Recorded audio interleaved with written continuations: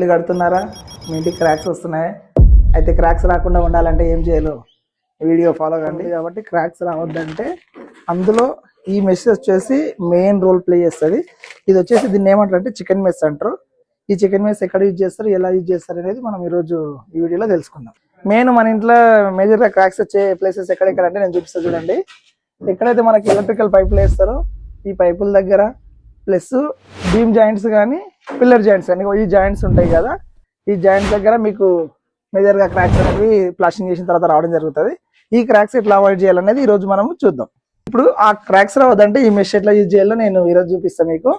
First ఏం చేయాలంటే cement mall ఉంది కదా, సిమెంట్ మాల్ తీసుకొని ఈ గ్యాప్స్లలో ఫిల్ చేయాలి. గ్యాప్స్లలో ఫిల్ చేసిన తర్వాత ఇది ఏంటంటే చికెన్ మెస్ అంటారు దీన్ని. ఈ చికెన్ మెస్ని మీరు ఇట్లా పెట్టి ప్యాక్ చేసి దీని మీద మొత్తం సిమెంట్ వేసేసి తర్వాత మీరు దీనిపైన ప్లాస్టింగ్ చేస్తే మీకు ఎలాంటి క్రాక్స్ రావు. పైపుల దగ్గర అలాగే చేయాలి, ప్లస్ ఈ కాలం జాయింట్స్ దగ్గర కూడా మీరు ఈ చికెన్ మెస్ అనేది ఇలాగే యూజ్ చేయాలి.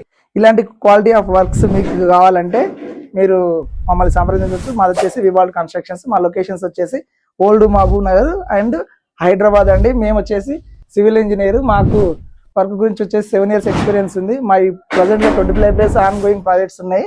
సో ఇలాంటి క్వాలిటీ ఆఫ్ వర్క్ కావాలంటే మీరు ఖచ్చితంగా మమ్మల్ని సంప్రదించండి.